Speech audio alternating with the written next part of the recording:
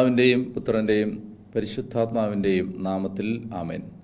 ഈശോയിൽ ഏറ്റവും സ്നേഹമുള്ള സഹോദരി സഹോദരന്മാരെ, ദൈവവചനം യോഹന്നാൻ്റെ സുവിശേഷം പഠിക്കാനായി ദൈവം തന്ന മറ്റൊരവസരത്തെ ഓർത്ത് കരുണാമയനായ ദൈവത്തിന് ആരാധനയും സ്തുതിയും സമർപ്പിക്കാം. യോഹന്നാൻ്റെ സുവിശേഷത്തിൻ്റെ 5-ാം അധ്യായത്തിലാണ് നമ്മുടെ പഠനം എത്തി നിൽക്കുന്നത്. യോഹന്നാൻ 5-ാം അധ്യായം 16 വരെയുള്ള വാക്യങ്ങളാണ് നാം ഇതുവരെയും കണ്ടത്. 16ഉം 17ഉം നമ്മൾ വായിച്ചിരുന്നു. സാബത്തിൽ യേശു ഇപ്രകാരം പ്രവർത്തിച്ചതിനാൽ യഹൂദർ യേശുവിനെ ദ്വേഷിച്ചു. യേശു അവരോട് പറഞ്ഞു, എൻ്റെ പിതാവ് ഇപ്പോഴും പ്രവർത്തന നിരതനാണ്, ഞാനും പ്രവർത്തിക്കുന്നു. എൻ്റെ പിതാവ് പ്രവർത്തന നിരതനാണ്, ഞാനും പ്രവർത്തിക്കുന്നു. നാം ഇവിടെ കണ്ടത് യേശു തന്നെ ദൈവതുല്യൻ ആക്കുകയാണ്. സാബത്തിൻ്റെ അധിപൻ, സാബത്ത് നൽകിയവൻ ദൈവമാണ്. ആ ദൈവം സാബത്ത് ദിവസവും പ്രവർത്തന നിരതനാണ്. അതുകൊണ്ട് കർത്താവ് പറയുകയാണ്, എൻ്റെ പിതാവ് ഇപ്പോഴും പ്രവർത്തന നിരതനാണ്, അതുകൊണ്ട് ഞാനും പ്രവർത്തന നിരതനാണ്. അടുത്ത വാക്യം എങ്ങനെയാണ്? ദൈവം സാബത്തിൽ വിശ്രമിക്കുന്നില്ല, അതുകൊണ്ട് ഞാനും വിശ്രമിക്കുന്നില്ല. ഞാൻ ദൈവതുല്യനാണ്, ഞാൻ തുടരുന്നത് പിതാവിൻ്റെ പ്രവൃത്തികളാണ് എന്ന് പറയുക വഴി യേശു തന്നെ ദൈവത്തിന് തുല്യനാക്കുകയാണ്. താൻ ദൈവമാണ് എന്ന് പ്രഖ്യാപിക്കുകയാണ്.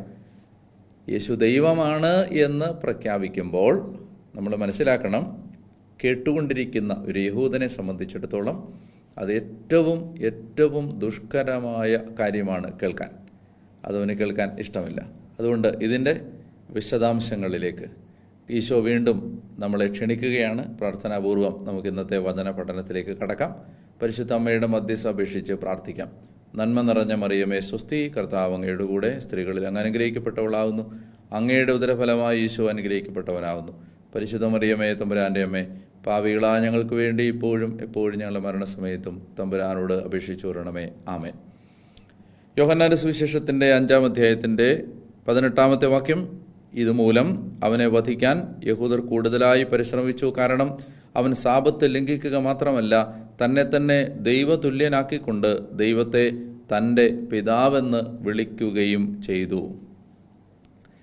നമ്മൾ ഇവിടെ യോഹന്നാൻ 5 ഈ 16, 17, 18 വാക്യങ്ങൾ മുതൽ യഹൂദരും, അതായത് ജെറുസലേമിലെ യഹൂദരും യേശുവും തമ്മിലുള്ള ഒരു സംഘർഷം ആരംഭിക്കുന്നത് കാണുകയാണ്.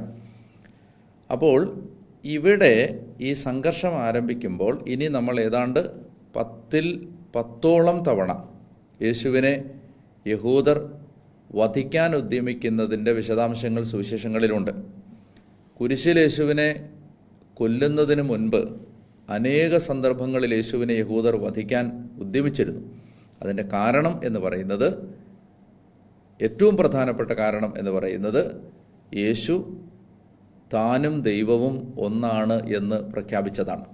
അപ്പോൾ അതുകൊണ്ട് തന്നെ യേശു ദൈവമാണോ എന്ന് യേശു എവിടെയെങ്കിലും സുവിശേഷത്തിൽ പറഞ്ഞിട്ടുണ്ടോ എന്ന് ചോദിക്കുന്ന ചോദ്യങ്ങൾക്ക് ഉത്തരം ഞാൻ സൂചിപ്പിച്ചിരുന്നു. അനേക സന്ദർഭങ്ങളിൽ യേശു തൻ്റെ ദൈവത്വം വെളിപ്പെടുത്തിയിട്ടുണ്ട്. താനും യഹോവയും ഒന്നാണ് എന്ന് പറഞ്ഞിട്ടുണ്ട്, താനും പിതാവും ഒന്നാണ് എന്ന് പറഞ്ഞിട്ടുണ്ട്. അപ്പോൾ അതുകൊണ്ട് നാം യേശുവിൻ്റെ ദൈവത്വത്തെ കണ്ടുമുട്ടുന്ന ഭാഗങ്ങളിലൂടെയാണ് ഇപ്പോൾ കടന്നു പോകുന്നത്. ഇനി പ്രധാനമായും ഇനിയുള്ള അധ്യായങ്ങൾ യേശുവിൻ്റെ ദൈവത്വത്തെ വിവരിക്കുന്ന അധ്യായങ്ങളാണ്. അപ്പോൾ ഇവിടുത്തെ യഥാർത്ഥത്തെ പ്രശ്നം എന്താണ്? പിതാവായ ദൈവം 6 ദിവസം ജോലി ചെയ്തു, 7-ാം ദിവസം വിശ്രമിച്ചു എന്നാണ് നാം സാധാരണയായി സാബത്തിനെ കുറിച്ച് പറയുമ്പോൾ മനസ്സിലാക്കുന്നത്.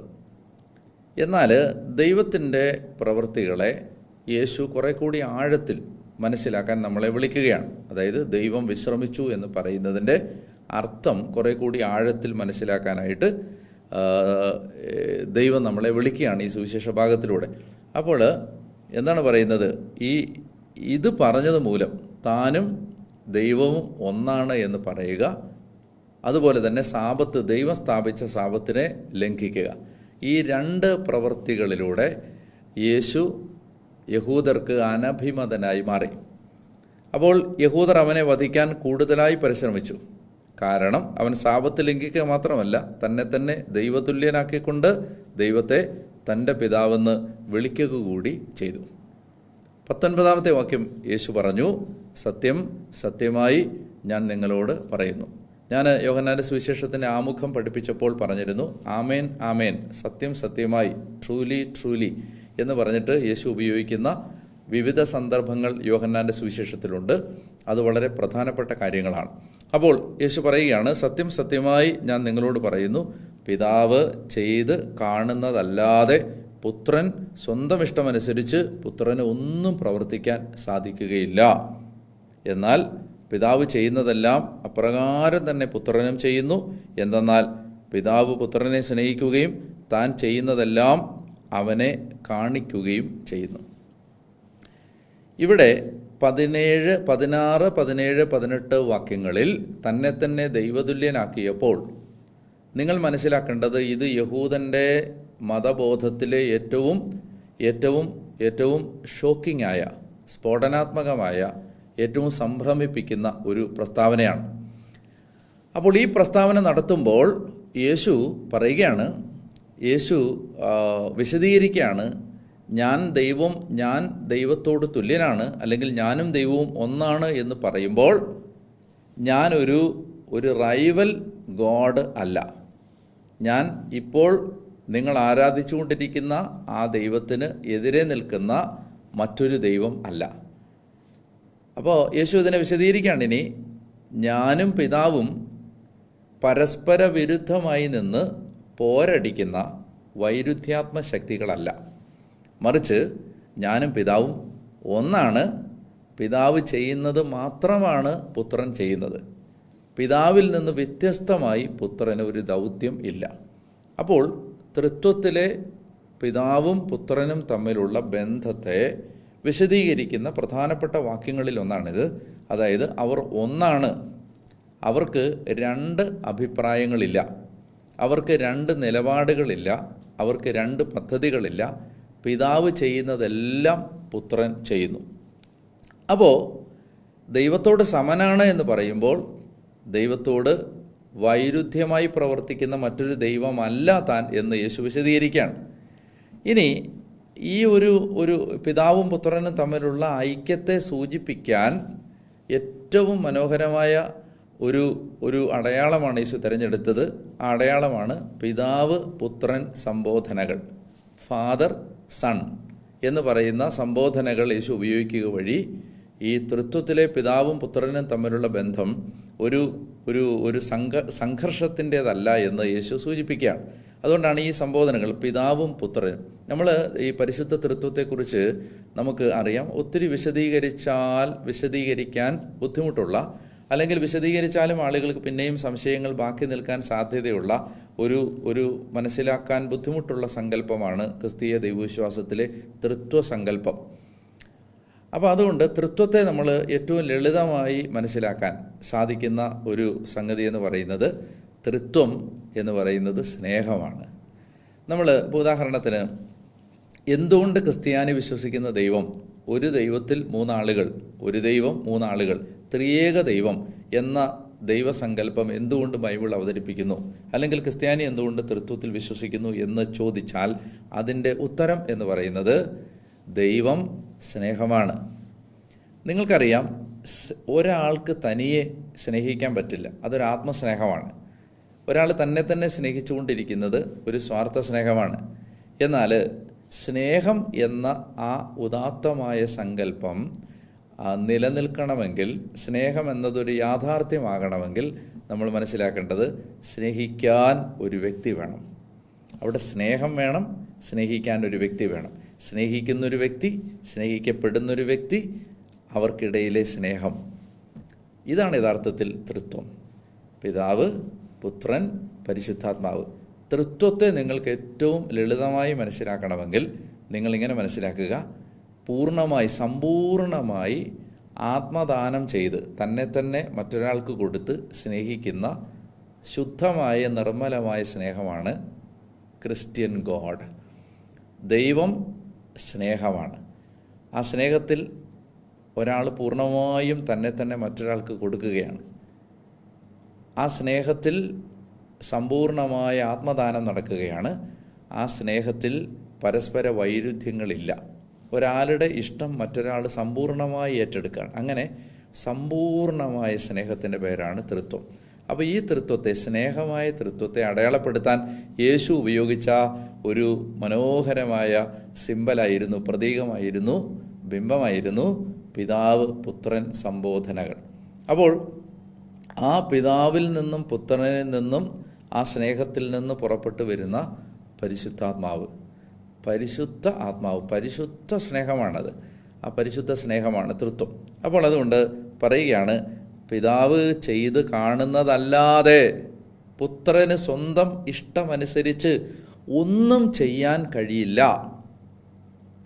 എന്നാൽ പിതാവ് ചെയ്യുന്നതെല്ലാം അപ്രകാരം തന്നെ പുത്രനും ചെയ്യുന്നു.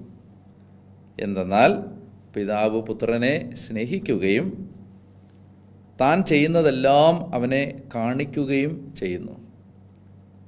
ഇനി ഈ പിതാവ് ചെയ്യുന്ന പ്രവൃത്തികൾ എന്തൊക്കെയാണെന്ന് യേശു ഓരോന്നോരോന്നായി പറയാൻ പോവുകയാണ്. പിതാവിൻ്റെ പ്രവൃത്തികൾ അത് തന്നെയാണ് പുത്രനും ചെയ്യുന്നത്. അതുകൊണ്ട് നിങ്ങൾ എന്നെ ദ്വേഷിക്കാൻ നിങ്ങൾക്ക് അവകാശമില്ല. യഹോവയിൽ വിശ്വസിക്കുന്ന, ദൈവത്തിൽ വിശ്വസിക്കുന്ന, ഏകദൈവത്തിൽ വിശ്വസിക്കുന്ന നിങ്ങൾക്ക് എന്നെ തള്ളിക്കളയാൻ ആവില്ല. എന്തുകൊണ്ട്? നിങ്ങൾ ആരാധിക്കുന്ന ദൈവം, പിതാവ് ചെയ്യുന്നത് തന്നെയാണ് ഞാനും ചെയ്യുന്നത്. ഞാനും പിതാവും ഒന്നാണ്. ഇനി ഈശോ ഓരോന്നോരോന്നായിട്ട് പറഞ്ഞു തരാനായിട്ട് പോവുകയാണ്. എന്തൊക്കെയാണത്? ഒന്ന്, പിതാവ് മരിച്ചവരെ എഴുന്നേൽപ്പിച്ച് അവർക്ക് ജീവൻ നൽകുന്നത് പോലെ പുത്രനും താൻ ഇച്ഛിക്കുന്നവർക്ക് ജീവൻ നൽകുന്നു. പിതാവ് ആരെയും വിധിക്കുന്നില്ല, വിധി മുഴുവൻ അവിടുന്ന് പുത്രനെ ഏൽപ്പിച്ചിരിക്കുന്നു. പിതാവിനെ ആദരിക്കുന്നത് പോലെ തന്നെ എല്ലാവരും പുത്രനെയും ആദരിക്കേണ്ടതിനാണിത്. പുത്രനെ ആദരിക്കാത്തവരാരും അവനെ അയച്ച പിതാവിനെയും ആദരിക്കുന്നില്ല. സത്യം സത്യമായി ഞാൻ നിങ്ങളോട് പറയുന്നു, എൻ്റെ വചനം കേൾക്കുകയും എന്നെ അയച്ചവനെ വിശ്വസിക്കുകയും ചെയ്യുന്നവന് നിത്യജീവനുണ്ട്, അവന് ശിക്ഷാവിധി ഉണ്ടാകുന്നില്ല. പ്രത്യുത അവൻ മരണത്തിൽ നിന്ന് ജീവനിലേക്ക് കടന്നിരിക്കുന്നു. സത്യം സത്യമായി ഞാൻ നിങ്ങളോട് പറയുന്നു, മരിച്ചവർ ദൈവപുത്രൻ്റെ സ്വരം ശ്രവിക്കുന്ന സമയം വരുന്നു, അല്ല വന്നു കഴിഞ്ഞു. ആ സ്വരം ശ്രവിക്കുന്നവർ ജീവിക്കും. എന്തെന്നാൽ പിതാവിന് തന്നിൽ തന്നെ ജീവനുള്ളതുപോലെ പുത്രനും തന്നിൽ തന്നെ ജീവനുണ്ടാകാൻ അവിടുന്ന് വരം നൽകിയിരിക്കുന്നു. മനുഷ്യപുത്രനായതുകൊണ്ട് വിധിക്കാനുള്ള അധികാരവും അവന് നൽകിയിരിക്കുന്നു. ഇതിൽ നിങ്ങൾ വിസ്മയിക്കേണ്ട എന്തെന്നാൽ കല്ലറകളിലുള്ളവരെല്ലാം അവൻ്റെ സ്വരം ശ്രവിക്കുന്ന സമയം വരുന്നു. അപ്പോൾ നന്മ ചെയ്തവർ ജീവൻ്റെ ഉയർപ്പിനായും തിന്മ ചെയ്തവർ ശിക്ഷാവിധിയുടെ ഉയർപ്പിനായും പുറത്തു വരും. ഇത് ഈ ഭാഗം നമ്മൾ വായിക്കുമ്പോൾ ഇതിങ്ങനെ ഒറ്റയ്ക്ക് ഉള്ള നിരവധി വാക്യങ്ങളല്ലിത്, മറിച്ച് ഇതെല്ലാം കണക്റ്റഡാണ്. ഇത് നമ്മൾ അതുകൊണ്ട് ആ പശ്ചാത്തലത്തിലേക്ക് ഒരിക്കൽ കൂടി ഞാൻ കൊണ്ടുവരികയാണ്. അതായത് എന്തുകൊണ്ട് യേശു സാബത്ത് ലംഘിച്ചു, എന്തുകൊണ്ട് സാബത്തിൽ പിതാവ് നൽകിയ ഭാരം ചുമന്നുകൊണ്ട് നഗരകവാടങ്ങളിലൂടെ പോകരുത് എന്ന കൽപ്പന അപ്പാരൻലി പുറമേ നിന്ന് കാണുമ്പോൾ, വെളിയിൽ നിന്ന് കാണുമ്പോൾ ലംഘിച്ചു എന്ന് തോന്നുന്ന വിധത്തിൽ യേശു പ്രവർത്തിച്ചു. അപ്പോൾ യേശു അതിന് ഉത്തരം പറയുകയാണ്, കാരണം ഞാൻ ചെയ്യുന്നത് ദൈവത്തിൻ്റെ പ്രവൃത്തിയാണ്. എന്തുകൊണ്ട്?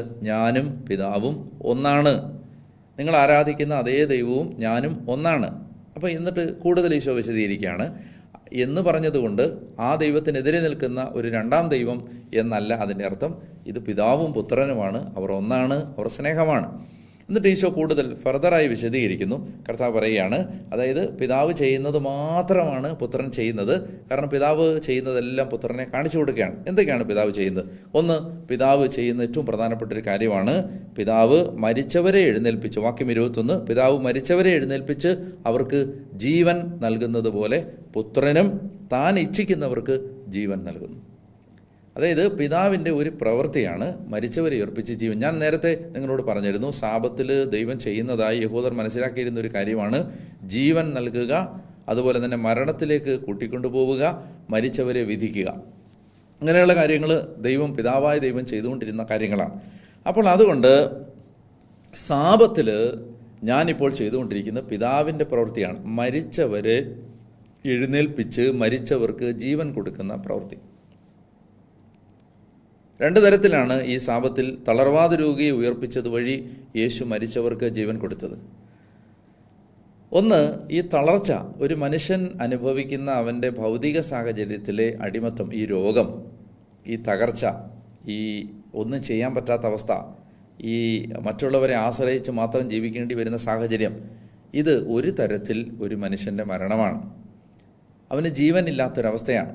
അപ്പോൾ അതുകൊണ്ട് യേശു എന്ത് ചെയ്യുന്നു? സാബത്തിൽ യേശു ആ മരണത്തിൽ നിന്ന്, രോഗമാകുന്ന നിസ്സഹായതയാകുന്ന, ബലക്കുറവാകുന്ന, പരാശ്രയമാകുന്ന, ദാരിദ്ര്യമാകുന്ന, ഈ നിരാശയാകുന്ന ആ മരണത്തിൽ നിന്ന് ഞാൻ ഈ തളർവാദ രോഗിക്ക് ജീവൻ കൊടുക്കുകയാണ്. ഇത് പിതാവിൻ്റെ തന്നെ പ്രവൃത്തിയാണ്. മറ്റൊന്ന് യേശു പറയുന്നത്, ഇവിടെ ഈ രോഗിയെ സുഖപ്പെടുത്തി കഴിയുമ്പോൾ യേശു ആ രോഗിയോട് പറഞ്ഞത്, ഈ കൂടുതൽ മോശമായത് സംഭവിക്കാതിരിക്കാൻ നീ വീണ്ടും പാപം ചെയ്യരുത്, കൂടുതൽ മോശമായത് സംഭവിക്കാതിരിക്കാൻ. അപ്പോൾ അതായത് ഈ രോഗിക്ക് ദൈവം കൊടുത്തതൊരു ഭൗതിക സൗഖ്യം, ശാരീരിക സൗഖ്യം മാത്രമല്ല, ഈശോ കൊടുത്ത സൗഖ്യം തളർവാദം മാറ്റുക മാത്രമല്ല, മറിച്ച് യേശു അവൻ്റെ ജീവിതത്തിന് നിത്യജീവൻ നൽകുകയും ചെയ്തു. അവനെ നിത്യതയിലേക്ക് വിളിച്ചു. ആ നിത്യതയിലേക്ക് വിളിച്ച് നിത്യജീവൻ കൊടുക്കുന്നത് ദൈവത്തിന് റിസർവ് ചെയ്യപ്പെട്ടൊരു അവകാശമാണ്. ആ അവകാശം ഈശോ പറയുകയാണ്, അത് പുത്രനുണ്ട്, അത് പിതാവും പുത്രനും ഒന്നായതുകൊണ്ടാണ്. അതുകൊണ്ട് ഞാൻ ഈ ചെയ്യുന്നതിനകത്ത് നിങ്ങൾ വിസ്മയിക്കേണ്ട. വലിയ വലിയ പ്രവൃത്തികൾ പിതാവ് ചെയ്യുന്നത് പുത്രൻ ചെയ്യുന്നതായിട്ട് നിങ്ങൾ കാണും. പിന്നെ മരിച്ചവരെ വിധിക്കുക, ഇത് പിതാവിൻ്റെ വലിയൊരു പ്രവൃത്തിയാണ്. അതാണ് ഈശോ വിധിയെക്കുറിച്ച് ഇവിടെ, മരിച്ചവർ കല്ലറകളിൽ ഉള്ളവർ അവൻ്റെ സ്വരം കേൾക്കുമെന്ന വാക്യങ്ങളൊക്കെ പറയുന്നത്. മരിച്ചവരെ വിധിക്കുക എന്ന പിതാവിൻ്റെ പ്രവൃത്തിയും അത് പുത്രന് പിതാവ് ഏൽപ്പിച്ചു കൊടുത്തിരിക്കുകയാണ്. പിതാവ് ചെയ്യുന്നതെല്ലാം പുത്രൻ കാണുന്നു, പുത്രനെ പിതാവ് കാണിച്ചു കൊടുക്കുന്നു, പുത്രൻ അതുപോലെ തന്നെ ചെയ്യുന്നു എന്ന് പറയുകയാണ്. ഇനി ഇവിടെ ഒരു ചെറിയ വിശദീകരണം കൂടെ ആവശ്യമുള്ളത്, നമ്മൾ സാബത്തിൽ ദൈവം വിശ്രമിച്ചു എന്ന് നമ്മൾ മനസ്സിലാക്കുന്നുണ്ട്. സാബത്തിൽ ദൈവം വിശ്രമിച്ചു. എങ്ങനെയാണ് അതിനെ നമ്മൾ മനസ്സിലാക്കേണ്ടത്? യേശു 6 ദിവസം, പിതാവ് 6 ദിവസം സൃഷ്ടി നടത്തി, 7-ാം ദിവസം വിശ്രമിച്ചു.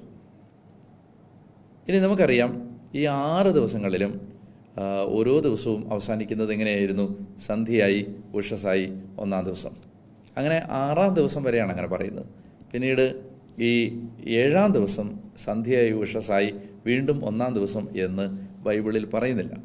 അപ്പോൾ അതുകൊണ്ട് തന്നെ ബൈബിൾ വായിക്കുന്നവരും പഠിച്ചവരുമൊക്കെ പലപ്പോഴും പറഞ്ഞിട്ടുണ്ട്, 7-ാം ദിവസം അവസാനിച്ചിട്ടില്ല, നമ്മൾ ദൈവത്തിൻ്റെ 7-ാം ദിവസത്തിലാണ്, നമ്മൾ ദൈവത്തിൻ്റെ സാബത്ത് വിശ്രമത്തിലാണ്. ദൈവം ഈ 7-ാം ദിവസത്തിലാണ് ഇപ്പോഴും. ഈ 7-ാം ദിവസത്തിലെ ദൈവത്തിൻ്റെ പ്രവൃത്തിയുടെ അകത്താണ് നമ്മൾ. ഇനി അവിടെ പറഞ്ഞിരിക്കുന്നത് ദൈവം പ്രവർത്തിക്കുന്നില്ലെന്നാണ്, അവിടുന്ന് വിശ്രമിച്ചു എന്നാണ്. അപ്പോൾ അതിനെ നമ്മളെങ്ങനെയാണ് മനസ്സിലാക്കേണ്ടത്? അതായത് സാബത്തിലെ ദൈവത്തിൻ്റെ പ്രവൃത്തികളെ നമുക്ക് 2 വിധത്തിലാണ് കാണേണ്ടത്, 2 തരത്തിലാണ് കാണേണ്ടത്.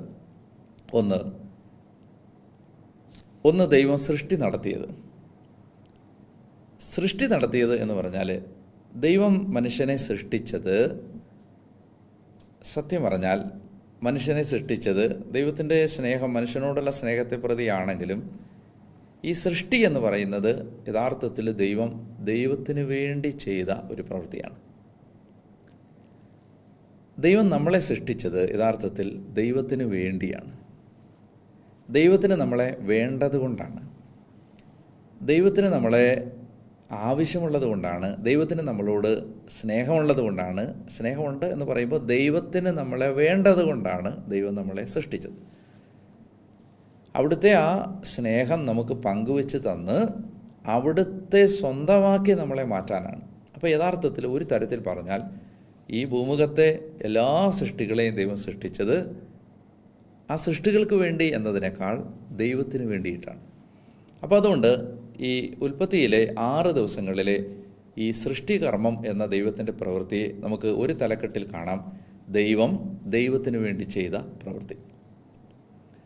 ഇനി ദൈവത്തിന് വേണ്ടി ചെയ്ത ആ പ്രവൃത്തിയുടെ ഒടുവിൽ ദൈവം വിശ്രമിച്ചു എന്ന് പറയുമ്പം 7-ാം ദിവസം ദൈവത്തിന് വേണ്ടി ഒന്നും പ്രവർത്തിക്കുന്നില്ല, ദൈവം വിശ്രമിക്കുകയാണ്. എന്നാൽ ദൈവം അപ്പോഴും പ്രവർത്തിക്കുന്നുണ്ട്. ആർക്ക് വേണ്ടി? താൻ സൃഷ്ടിച്ച തൻ്റെ സൃഷ്ടികൾക്ക് വേണ്ടി ദൈവം പ്രവർത്തിച്ചുകൊണ്ടിരിക്കുകയാണ്. ഇതിന് ഉദാഹരണങ്ങൾ ഇഷ്ടംപോലെ ഉണ്ട്. ദൈവം പ്രവർത്തിച്ചുകൊണ്ടിരിക്കുകയാണ്. ഇപ്പോൾ ദൈവം വിശ്രമിച്ചു, ആ സാബത്ത് വിശ്രമം അവസാനിച്ചിട്ടില്ല എന്ന് പറയുമ്പോൾ ദൈവം വെറുതെ ഇരിക്കുന്നു, ദൈവം ഒന്നും ചെയ്യുന്നില്ല എന്നല്ല. ദൈവം ഒരു നിശ്ചേതനമായ ഒരു ശില പോലെ ദൈവം വെറുതെ ഇരിക്കുന്നു എന്നല്ല, മറിച്ച് ദൈവം ഇപ്പോഴും പ്രവർത്തിക്കുകയാണ്. ആദ്യത്തെ തരത്തിലുള്ള പ്രവൃത്തിയല്ല, ആ പ്രവൃത്തിയിൽ നിന്ന് ദൈവം വിരമിച്ചു. സൃഷ്ടി കഴിഞ്ഞു. ഇനി താൻ സൃഷ്ടിച്ചതിനെ അതിൻ്റെ പൂർണ്ണതയിലെത്തിക്കാൻ വേണ്ടി, താൻ സൃഷ്ടിച്ചതിനെ അതിൻ്റെ ലക്ഷ്യസ്ഥാനത്തെത്തിക്കാൻ വേണ്ടി ദൈവം പ്രവർത്തിച്ചുകൊണ്ടിരിക്കുകയാണ്. അത് പ്രധാനമായും സൃഷ്ടികൾക്ക് വേണ്ടിയാണ്. ആദ്യത്തെ 6 ദിവസത്തെ പ്രവൃത്തികൾ ദൈവത്തിന് വേണ്ടി ദൈവം ചെയ്ത പ്രവൃത്തിയാണ്. ഏഴാം ദിവസത്തെ പ്രവൃത്തി ദൈവം ആ ജോലിയിൽ നിന്ന് വിരമിച്ച് വിശ്രമിച്ച് ഏഴാം ദിവസം ദൈവം ഇപ്പോഴും പ്രവർത്തന നിരതനാണ്. യേശു പറയുന്നു, എൻ്റെ പിതാവ് പ്രവർത്തന നിരതനാണ്. എന്താണ് പ്രവർത്തിക്കുന്നത്? പിതാവ് താൻ സൃഷ്ടിച്ച തൻ്റെ സൃഷ്ടികളെ അതിൻ്റെ ലക്ഷ്യത്തിലെത്തിക്കാൻ പ്രവർത്തിച്ചുകൊണ്ടിരിക്കുകയാണ്. ഈ യെശയ്യാ പ്രവചനത്തിൽ ഇങ്ങനെ ഒരു വാക്യം കാണാൻ പറ്റും. യെശയ്യാ പ്രവചനത്തിൻ്റെ 64-ാമത്തെ അധ്യായത്തിൽ ദൈവം ഇപ്രകാരം തൻ്റെ മക്കൾക്ക് വേണ്ടി, തൻ്റെ സൃഷ്ടിക്ക് വേണ്ടി പ്രവർത്തിച്ചുകൊണ്ടിരിക്കുന്നു എന്ന സൂചന കാണാൻ പറ്റും. യെശയ്യാ 64 4-ാമത്തെ തിരുവചനം എങ്ങനെയാണ്? തന്നെ കാത്തിരിക്കുന്നവർക്ക് വേണ്ടി അധ്വാനിക്കുന്ന അവിടുത്തെ അല്ലാതെ ആരും മറ്റൊരു ദൈവത്തെപ്പറ്റി കേൾക്കുകയോ മറ്റൊരു ദൈവത്തെ കാണുകയോ ചെയ്തിട്ടില്ല. വാക്യം എങ്ങനെയാണ്? യെശയ്യാ 64:4 തന്നെ കാത്തിരിക്കുന്നവർക്ക് വേണ്ടി അധ്വാനിക്കുന്ന ദൈവത്തെ അല്ലാതെ, തന്നെ കാത്തിരിക്കുന്നവർക്ക് വേണ്ടി ആ ദൈവം എന്ത് ചെയ്യുന്നു? അധ്വാനിക്കുന്നു. അങ്ങനെയല്ലാത്തൊരു ദൈവത്തെ പറ്റി ആരും കേൾക്കുകയോ മറ്റൊരു ദൈവത്തെ കാണുകയോ ചെയ്തിട്ടില്ലെന്ന് പറഞ്ഞാൽ ഈ ദൈവം തന്നെ കാത്തിരിക്കുന്നവർക്ക് വേണ്ടി അധ്വാനിച്ചുകൊണ്ടിരിക്കുകയാണ്.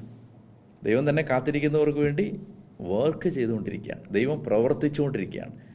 അപ്പോൾ മാത്രമല്ല, നമ്മൾ മനസ്സിലാക്കുന്നതറിയാം, ഈ യെശയ്യായിൽ തന്നെ നമ്മൾ കാണുന്നുണ്ട്, ഈ ദൈവം ശരിക്കും ഈ ഭൂമിയെ മുഴുവൻ പിടിച്ചു നിർത്തിയിരിക്കുന്നത് ദൈവമാണ്. ഈ ഭൂമിയെ മുഴുവൻ സത്യത്തിൽ സംരക്ഷിച്ച് നിർത്തിയിരിക്കുന്നത്. കൊളോസോസ് ലേഖനത്തിൽ ഒരു വചനമുണ്ട്. വചനം എങ്ങനെയാണ്? അതായത് അവനിലൂടെയാണ് എല്ലാം സൃഷ്ടിക്കപ്പെട്ടത്, അവനിൽ സമസ്തവും സ്ഥിതി ചെയ്യുന്നു. അവനിൽ സമസ്തവും സ്ഥിതി ചെയ്യുന്നു. അപ്പോൾ ദൈവം എല്ലാത്തിനെയും, God is the principle which hold together everything. എല്ലാറ്റിനെയും കൂട്ടി ഇണക്കി എല്ലാറ്റിനെയും ഒരുമിപ്പിച്ച് താളം തെറ്റാതെ നിർത്തുന്നത് ദൈവത്തിൻ്റെ പ്രവൃത്തിയാണ്. അപ്പോൾ മറ്റൊരു വാക്യം ഞാൻ വായിക്കാം. യെശയ്യാ പ്രവചനം 40-ാമത്തെ അധ്യായത്തിൽ ഇതെല്ലാം സൃഷ്ടികളെക്കുറിച്ച് ഇങ്ങനെ പറഞ്ഞിട്ട് 12-ാമത്തെ വാക്യം, ഐസയ്യാ 40:12, 12-ാമത്തെ വാക്യം എങ്ങനെയാണ്? കൈക്കുമ്പിളിൽ ആഴി അളക്കുകയും ആകാശവിശാലതയെ ചാണിൽ ഒതുക്കുകയും ഭൂമിയിലെ പൊടിയെ അളവുപാത്രത്തിൽ ഉൾക്കൊള്ളിക്കുകയും പർവ്വതങ്ങളുടെ ഭാരം വെള്ളിക്കൂലി നിശ്ചയിക്കുകയും കുന്നുകളെ തുലാസിൽ തൂക്കുകയും ചെയ്തവൻ ആരാണ്? അതായത് ഈ ആകാശത്തെയും പ്രപഞ്ചത്തെയും കടലിനെയും ഭൂമിയെയും എല്ലാറ്റിനെയും നിയന്ത്രിച്ച് അതിനെ അതിൻ്റെ താളത്തിൽ മുന്നോട്ട് കൊണ്ടുപോകാൻ പ്രവർത്തിച്ചുകൊണ്ടിരിക്കുന്ന ഒരു ദൈവം. അപ്പോൾ അതുകൊണ്ട് നമ്മൾ മനസ്സിലാക്കേണ്ടത്, ദൈവം, ഈശോ പറയുകയാണ്, ദൈവം പ്രവർത്തന നിരതനാണ്. ഈ ലോകത്തിൽ അവിടുന്ന് സാബത്ത് വിശ്രമത്തിലാണ്. ആ വിശ്രമം എന്നതിൻ്റെ അർത്ഥം ഞാൻ പറഞ്ഞു. ഈ ദൈവം പ്രവർത്തിച്ചുകൊണ്ടിരിക്കുകയാണ്, ഞാനും പ്രവർത്തിക്കുകയാണ്. കൂടുതൽ ഈ ദൈവത്തിൻ്റെ പ്രവൃത്തികളെക്കുറിച്ച് നമുക്ക് അടുത്ത എപ്പിസോഡിൽ കാണാം. അതുവരെയും ദൈവം നിങ്ങളെ ആരോഗ്യത്തിലും നന്മയിലും കൃപയിലും കാത്തു സൂക്ഷിക്കട്ടെ. പരസ്പരം സ്നേഹിച്ച് നമുക്ക് മുന്നോട്ട് പോകാം. ദൈവം നിങ്ങളെ എല്ലാവരെയും അനുഗ്രഹിക്കട്ടെ.